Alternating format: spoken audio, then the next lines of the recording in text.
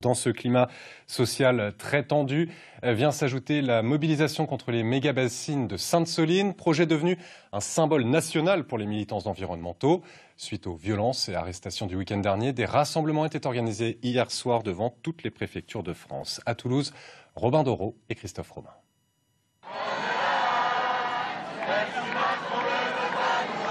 Le même refrain résonne encore une fois dans les rues de Toulouse. Syndicats, collectifs ou simples citoyens, ils sont un millier rassemblés devant la préfecture.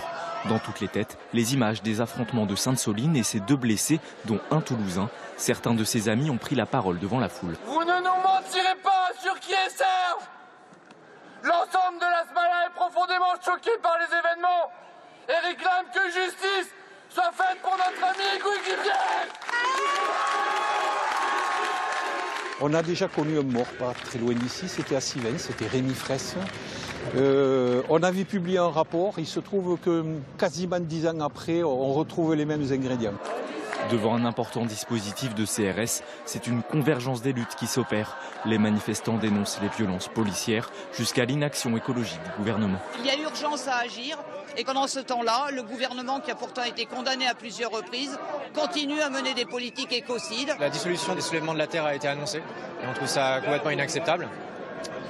D'autant plus, non seulement parce qu'il représente une résistance à laquelle on s'associe, et en particulier dans le cas des méga-bassines, qui est une mobilisation qu'on soutient. Pendant plus de 2 heures, la manifestation se sera déroulée dans le calme, sans les heurts que connaissent les mobilisations de la réforme des retraites. Une réforme, elle aussi, au cœur de cette soirée. Macron, il n'a plus que sa police pour tenir. Du coup, pour nous, c'est important de lutter contre cette répression parce qu'on voit que si on arrive en fait à être nombreux contre la répression, on pourra aussi gagner contre la réforme des retraites. Le combat contre cette réforme des retraites va se poursuivre dès la semaine prochaine. Les chants des manifestants résonneront le 6 avril pour une 11e journée de mobilisation.